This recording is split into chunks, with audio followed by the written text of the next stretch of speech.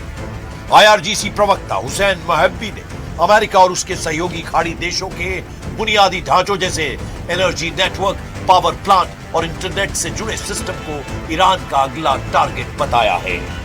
खाड़ी देशों को धमकी देने के साथ ही ईरान ने अपने खेमे में आने का न्योता भी दे दिया है।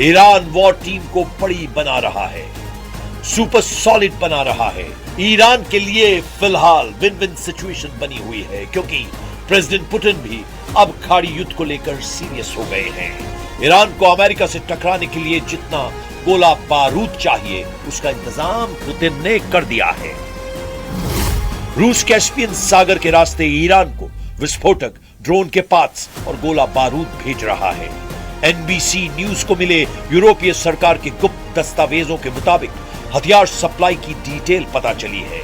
एनबीसी को मिले यूरोपीय सरकार के एक आधिकारिक दस्तावेज से पुष्टि हुई है कि हथियार शिपमेंट्स में टीएनटी, ड्रोन के पार्ट्स और गोला बारूद शामिल हैं। सैटेलाइट तस्वीरों से भी मालूम पड़ता है कि रूस से भेजे गए शिपमेंट में बैलिस्टिक मिसाइल बनाने के लिए जरूरी पार्ट्स भी शामिल हैं। रेवोल्यूशनरी लड़ाकों के लिए रूस से भेजा गया हथियार रिटर्न गिफ्ट है। ये ट्रांसफर मॉस्को और तेहरान के बीच सैन्य संबंधों में बड़े बदलाव को दिखा रहा है। जहां पहले ईरान ने यूक्रेन युद्ध के लिए रूस को शाहिद टाइप के ड्रोन सप्लाई किए थे, वहीं अब रूस ईरान की पावर जस्ट डबल करने जा रहा है। ईरान के पास लड़ाकू ड्रोन का अच्छा खासा भंडार है। अब रूस की मदद से ईरानी मिसाइल के गोदाम भी फुल हो जाएंगे। इसके बाद ईरान को रोक पाना अमेरिका के लिए मुश्किल हो जाएगा।